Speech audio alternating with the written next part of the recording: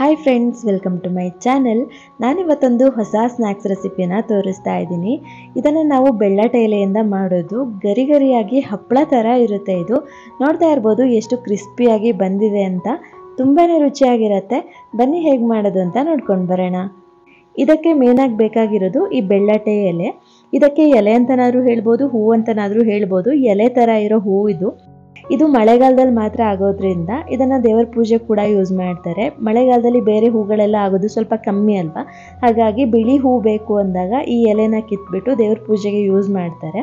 ಮತ್ತು ಈ ನಾಗರ ಪಂಚಮಿಗೆ ಈ ತಿಂಡಿನ ಮಾಡಿಬಿಟ್ಟು ನೈವೇದ್ಯ ಕೂಡ ಮಾಡ್ತಾರೆ ಕೆಲವೊಬ್ರು.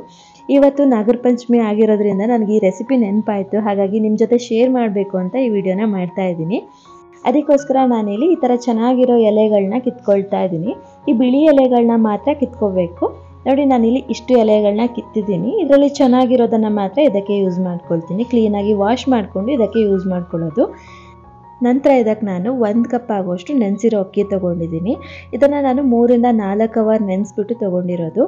ಇದನ್ನೆಲ್ಲ ಒಂದು ಮಿಕ್ಸಿ ಜಾರಿಗೆ ಹಾಕ್ಕೊಂಡು ಇದಕ್ಕೆ ಅರ್ಧ ಟೀ ಸ್ಪೂನ್ ಆಗೋಷ್ಟು ಜೀರಿಗೆ, ಹಾಗೆಯೇ ಸ್ವಲ್ಪ ಇಂಗು, ಮತ್ತು 2 ಹಸಿಮೆಣಸು ಮತ್ತು 2 ಒಣಮೆಣಸು, ಹಾಗೆಯೇ 1 ಇಂಚು ಶುಂಠಿನ ಕಟ್ ಮಾಡಿಬಿಟ್ಟು ಹಾಕ್ಕೊಳ್ತಾ ಇದ್ದೀನಿ. ನಂತರ ಇದಕ್ಕೆ ಬೇಕಾಗುವಷ್ಟು ನೀರು ಹಾಕ್ಕೊಂಡು ನೈಸಾಗಿ ರುಬ್ಕೋಬೇಕು. ಇದಕ್ಕೆ ತೆಂಗಿನ ತುರಿ ಕೂಡ ಹಾಕೋಬೋದು, ಚೆನ್ನಾಗಿರುತ್ತೆ ಹಾಕಿದ್ರೆ ಟೇಸ್ಟಿಯಾಗಿ. ಹಾಕೋದಾದರೆ ಒಂದು ಅರ್ಧ ಕಪ್ ತೆಂಗಿನ ತುರಿನ ರುಬ್ಬೋವಾಗಲೇ ಹಾಕಿ ರುಬ್ಕೊಂಡ್ರೆ ಆಯಿತು.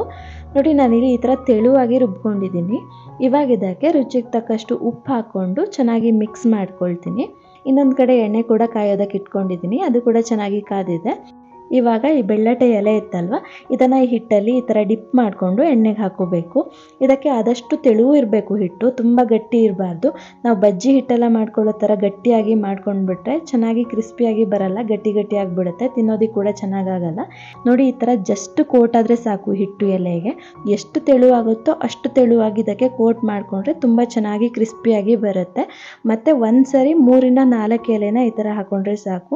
ಜಾಸ್ತಿ ಎಲೆ ಹಾಕ್ಕೊಂಡ್ಬಿಟ್ರೆ ಒಂದಕ್ಕೊಂದು ಹಿಡ್ಕೊಂಡು ಚೆನ್ನಾಗಿ ಬೇಯೋದಿಲ್ಲ. ಮತ್ತು ಇದನ್ನು ನಾವು ಒಂದು ಸೈಡ್ ಪೂರ್ತಿಯಾಗಿ ಕೆಂಪಾದ್ಮೇಲೆ ಇನ್ನೊಂದು ಸೈಡ್ ತಿರುಗಿಸ್ಕೋಬೇಕು.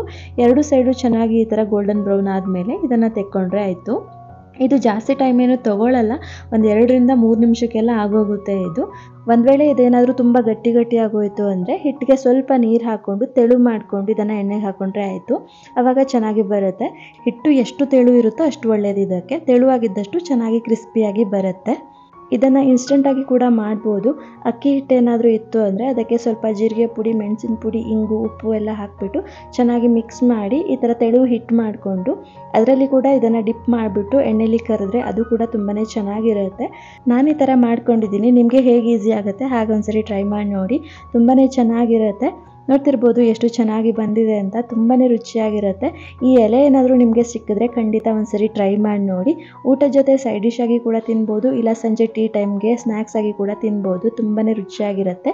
ನಿಮಗೇನಾದರೂ ಈ ವಿಡಿಯೋ ಇಷ್ಟ ಆಗಿದ್ರೆ ಪ್ಲೀಸ್ ಒಂದು ಲೈಕ್ ಮಾಡಿ, ಹಾಗೆ ಫ್ರೆಂಡ್ಸ್ ಆ್ಯಂಡ್ ಫ್ಯಾಮಿಲಿ ಜೊತೆ ಹೆಚ್ಚು ಶೇರ್ ಮಾಡಿ.